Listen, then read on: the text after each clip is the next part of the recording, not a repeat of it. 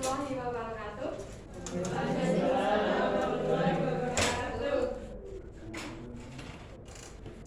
Sebelum kita mulai pelajaran kita pada pagi hari ini, silakan ketua kelas pimpin doa terlebih dahulu. Untuk mulai pelajaran kita pada siang hari ini, maka kita akan membukanya dengan semangat dan selalu menghadapi.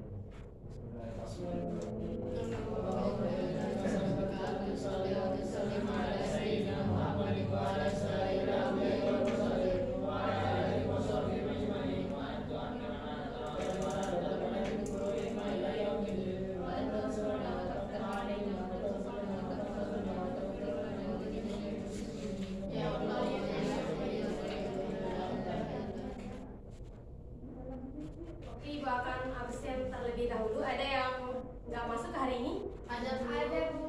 Siapa?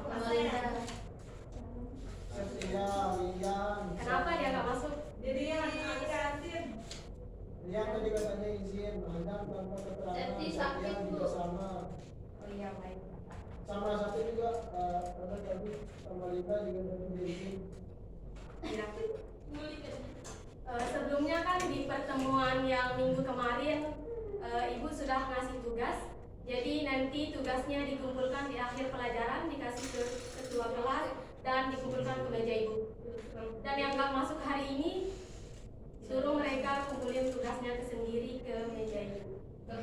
Paham? Paham.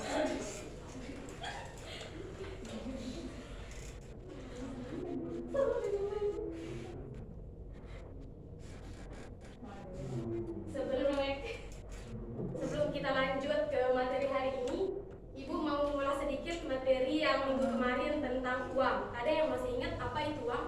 Uang adalah alat tukar yang dimana Angkat tangan terlebih dahulu. Ya. Alat tukar yang sah.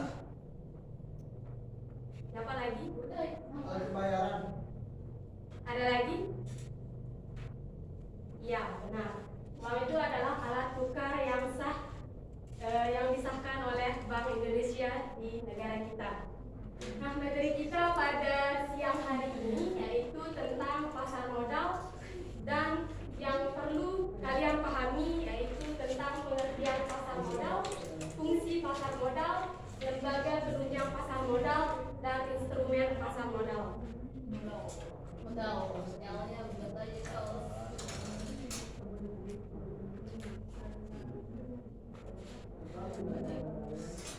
Ada yang tahu apa itu pasar modal? Ya, Adam? Menurut ahli atau masyarakat yang menunjukkan pasar modal adalah untuk berbagai instrumen keuangan jangka panjang yang bisa diperjualbelikan. Ya, menurut ahli Magdalena dan Mandalinda adalah untuk berbagai instrumen keuangan jangka panjang yang bisa diperjualbelikan. Maksud dari Magdalena ini, dia memaksudkan perusahaan tersebut bisa berbagi apa istilahnya, misalnya kayak saham yang ada di perusahaannya itu bisa dia bagi dengan orang lain tetapi dengan cara memperbelikan aset perusahaannya tersebut. Nah, yang kedua ada menurut Undang-Undang Republik Indonesia Nomor 8 Tahun 1995, pasar modal sebagai kegiatan yang bersangkutan dengan penawaran umum dan perdagangan efek. Maksudnya di sini penawaran umum itu perusahaan bisa menawarkan ke semua masyarakat, tidak hanya ke orang-orang yang penting. Maksudnya orang-orang yang punya jabatan tidak, tetapi semua kalangan bisa membeli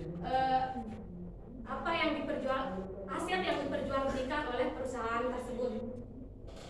Jadi kesimpulannya, pasar modal itu adalah tempat pertemuan antara investor dengan penjual saham atau yang disebut dengan emiten.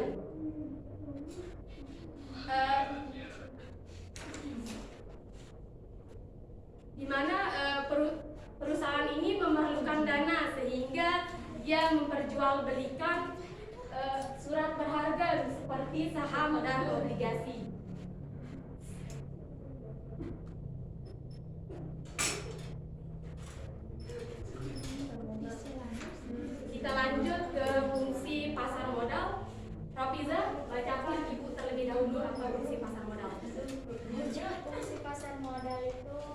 adalah sebagai alternatif investasi, wahana pengalokasian dana secara efisien, meningkatkan aktivitas ekonomi nasional, pelaksanaan manajemen perusahaan secara profesional dan transparan, mendorong terciptanya kesempatan berusaha dan menciptakan kesempatan kerja, dan memungkinkan para investor untuk memiliki perusahaan yang sehat dan berprospek baik. Ya, fungsi pasar modal yang pertama itu sebagai alternatif investasi. Jadi, ketika kalian berinvestasi di pasar modal, perusahaan tersebut tidak mengikat kalian untuk berinvestasi di tempatnya saja, tapi boleh juga kalian berinvestasi di tempat lain. Terus yang kedua, sebagai wahana pengalokasian dana secara efisien, atau tempat kalian menaruh dana kalian jika kalian memiliki uang yang lebih atau modal, atau kalian mau berusaha. Nah, kalian bisa menempatkan dana atau uang kalian di pasar modal ini. Terus yang ketiga ada peningkatan aktivitas ekonomi nasional. Maksudnya ketika ada perusahaan yang memerlukan modal. Nah, di sini kan perusahaan tersebut mendorong aktivitas ekonomi negara kita. Bisa di sana ada perusahaan tersebut memerlukan memberikan orang-orang pekerjaan, kesempatan kerja, dan meningkatkan penghasilan pajak negara kita. Terus yang keempat ada pelaksanaan manajemen perusahaan secara profesional dan transparan. Maksudnya ketika perusahaan tersebut memperjualbelikan asetnya, maka perusahaan tersebut harus siap data-data perusahaannya itu diketahui oleh investornya. Misalnya kayak data keuangannya ataupun yang lainnya. Terus yang kelima, mendorong terciptanya kesempatan berusaha dan menciptakan kesempatan kerja. Yang keenam, memungkinkan para investor untuk memiliki perusahaan yang sehat dan berprospek baik. Maksudnya di sini perusahaan yang sehat. Jadi sebelum kalian berinvestasi, misalnya Desi nih mau investasi di perusahaan Shopee. Nah, sebelum dia melakukan hal tersebut, Desi harus terlebih dahulu menganalisis apakah keuangan perusahaan tersebut baik, apakah struktur perusahaan itu baik, kinerja perusahaan itu baik. Itu yang harus kita lihat dalam berinvestasi.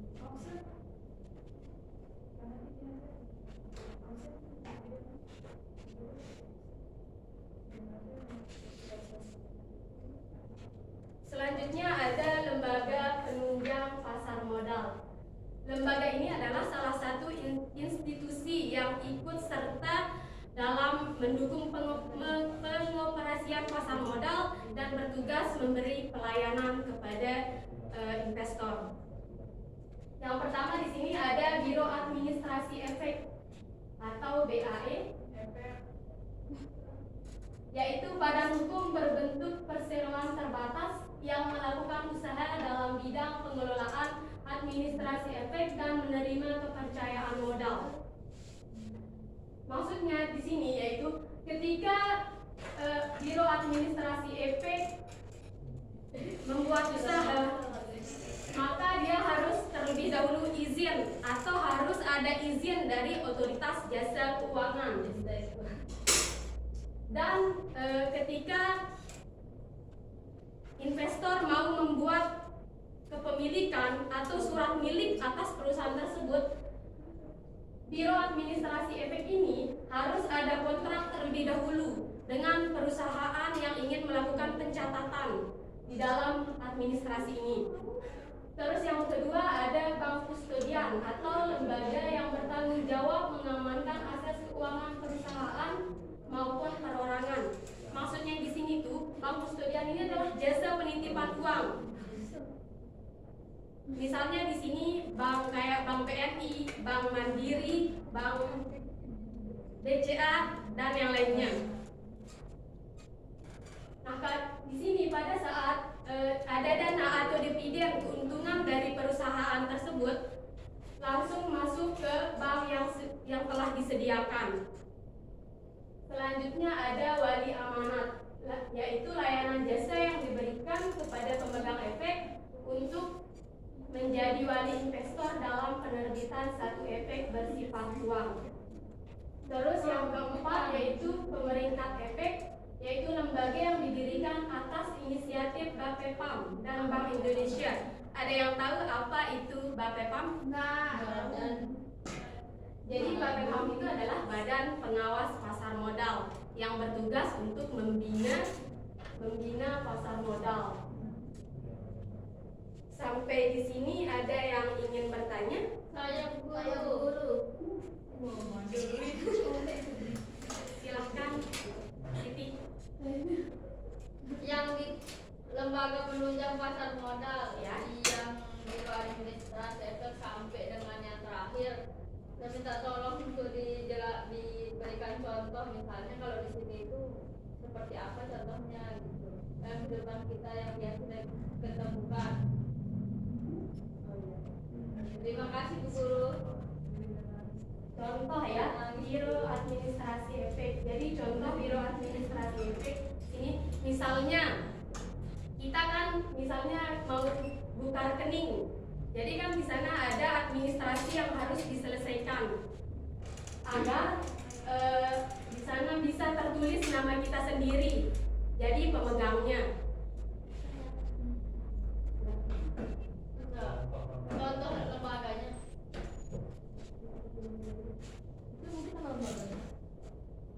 Ini kan salah satu lembaganya, nama lembaganya. Tapi di sini biro administrasi efeknya adanya di Mataram. Nah itu Seperti OJK. ada kayak bursa efek, ya yang seperti itu. Terus yang kedua ada bank kustodian, contohnya di sini itu kayak bank BNI, tempat penitipan uang atau tempat penitipan keuntungan atau dividen yang dihasilkan oleh perusahaan tersebut.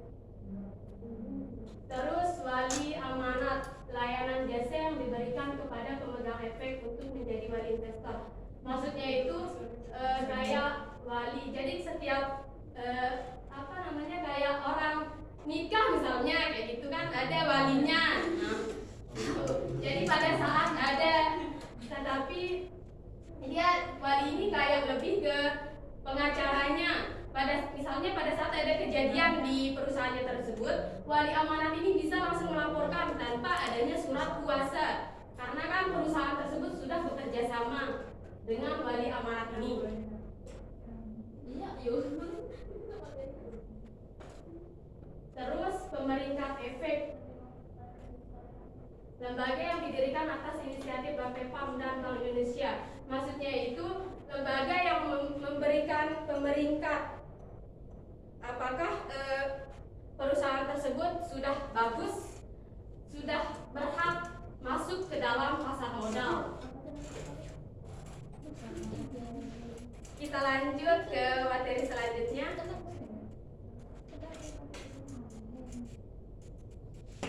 Instrumen pasar modal. Yang pertama di sini instrumen pasar modal yaitu saham atau yang biasa disebut dengan stok. Ya, stok. Jadi saham ini adalah salah satu surat berharga yang bersifat kepemilikan. Artinya ketika kita membeli saham berarti perusahaan tersebut otomatis menjadi pemilik kita. Semakin banyak saham yang kita punya dalam perusahaan tersebut, semakin berhak kita atas perusahaan tersebut, semakin berwenang kita di dalam perusahaan tersebut. Nah, di sini ada beberapa jenis saham. Yang pertama ada dari segi hak tagih.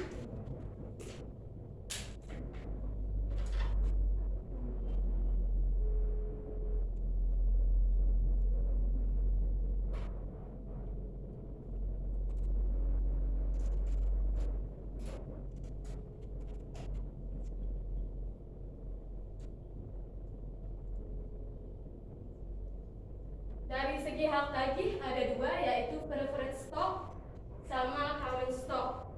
Preferred stock artinya saham preferen atau saham yang ketika perusahaan tersebut dilikuidasi atau perusahaan tersebut dibubarkan, maka yang diutamakan di sini adalah mereka yang mempunyai saham preferen. Pada saat misalnya nih, pada saat kan perusahaan tersebut dilikuidasi, pasti ada sisa dari kekayaan perusahaan tersebut. Nah, yang diutamakan mendapat sisa dari kekayaan perusahaan tersebut si yang mempunyai saham preferen. Nah, yang kedua ada namanya common stock atau saham biasa. Saham biasa ini dikemudikan atau mendapat perhatian ketika semua rangkaian yang mempunyai saham preferen ini setelah selesai dibagikan, baru yang kedua baru mereka diperhitungkan.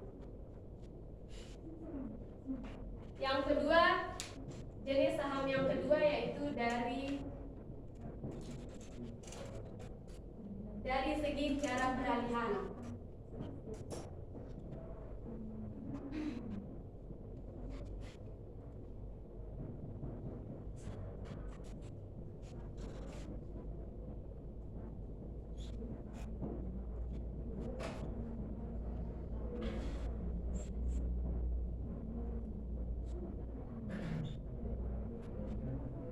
Dari segi cara peralihan juga ada dua, yaitu yang pertama saham atas unjuk. Maksudnya di sini itu mereka yang mempunyai saham tidak tertulis namanya di dalam surat kepemilikan tersebut. Artinya pada saat saham tersebut mau dipindah namakan, mereka tidak perlu ke lembaga terkait untuk membuat surat pembalik nama. Jadi bisa langsung ditulis di surat kepemilikan tersebut. Terus yang kedua ada saham atas nama.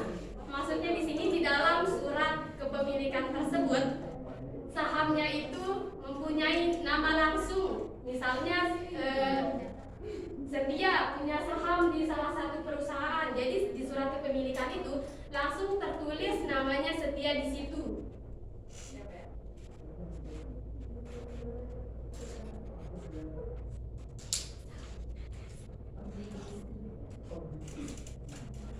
Yang kedua ada namanya obligasi.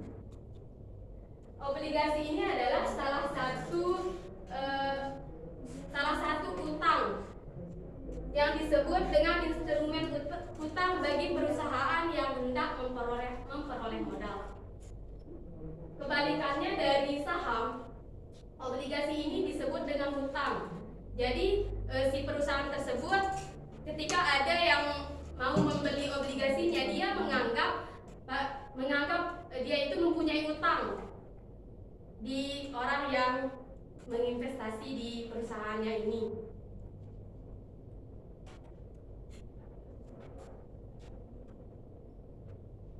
Itu saja. Ada yang mau ditanyakan? Nggak ada ya? Oke, baik, kalau nggak ada langsung kita simpulkan. Silahkan Ica simpulkan materi kita pada siang hari ini.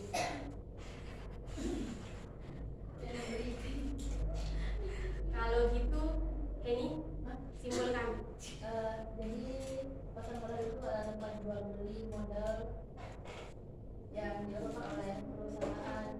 Ada beberapa instrumennya, itu ada saham dan obligasi. Ya, bagus. Terima kasih buat kalian yang sudah